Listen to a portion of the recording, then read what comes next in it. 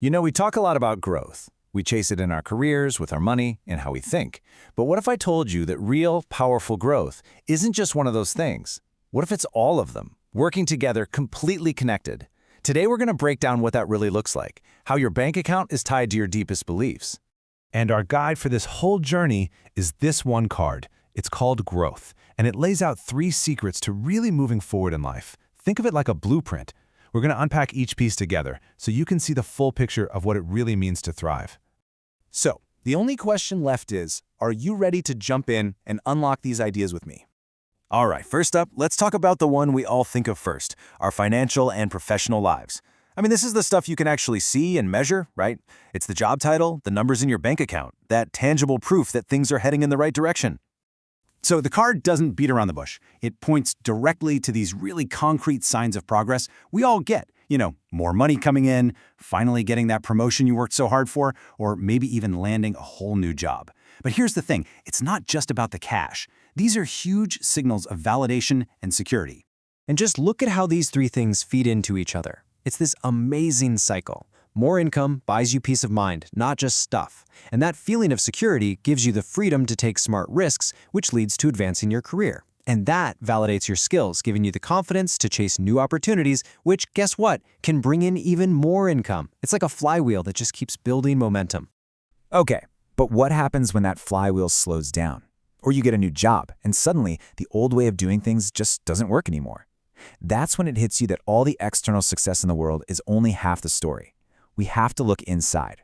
And that brings us to a really powerful and sometimes kind of tough idea, unlearning. So, what on earth is unlearning? Well, it's not about forgetting what you know. It's about intentionally letting go of what no longer serves you. Picture a coder who has to delete old, clunky lines of code to write something new and way more efficient. It's about having the guts to admit that a habit or a belief that got you here isn't going to get you there. And this is exactly why it's so critical right now. Like the card says, the rules are always changing. I mean, think about it.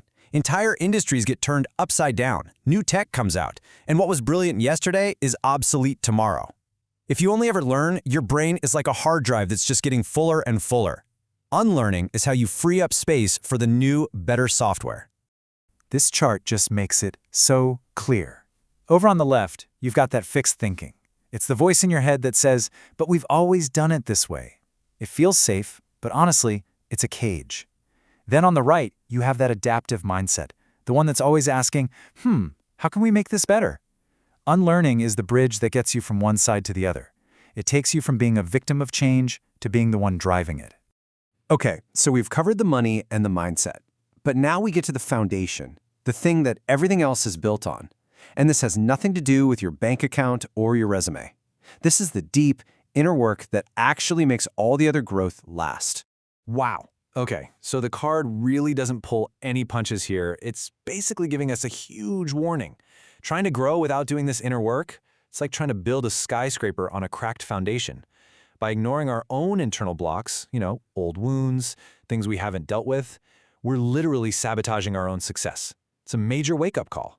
But right after that really tough message, it gives us this. It totally reframes the idea of healing.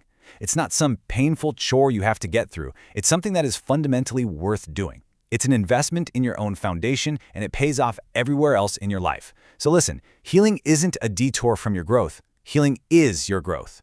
So you might be thinking, okay, that sounds huge. Where do I even start? Well, this lays out a really simple path. First, just acknowledge the block. That's it. No judgment, just notice it's there. Then, get curious about it. Where'd it come from? And finally, and this is the absolute key, just take one small, tiny action. You don't have to solve it all overnight. It's just about taking that very first step. So we've looked at our finances, our mindset, and our inner world as these separate things. For this last part, let's put all the pieces of the puzzle together and see how they create growth that actually sticks. And here they are, the 3 pillars. You've got your external world, your financial progress. You've got your intellectual world, that adaptive mindset. And you've got your internal world, your personal healing. It's like a 3-legged stool, right? If you take any one of those legs away, the whole thing just collapses. They all have to be there. And this, right here, this is the main takeaway. Real, lasting growth isn't about crushing it in one area while ignoring the others. It's about getting all the gears to lock in and turn together. You can't have a thriving career if your mindset is stuck in the past or your inner world is a mess. It's all connected. And the coolest part is, when you work on one, you're actually creating momentum that helps turn the others. That's what real growth is all about. So, as we finish up, I just want to leave you with one final question to think about. Looking at these 3 pillars, your finances, your mindset, and your inner journey, which one, right now, is calling out for a little bit of your attention? Because whatever your answer is, that's where your next powerful step begins.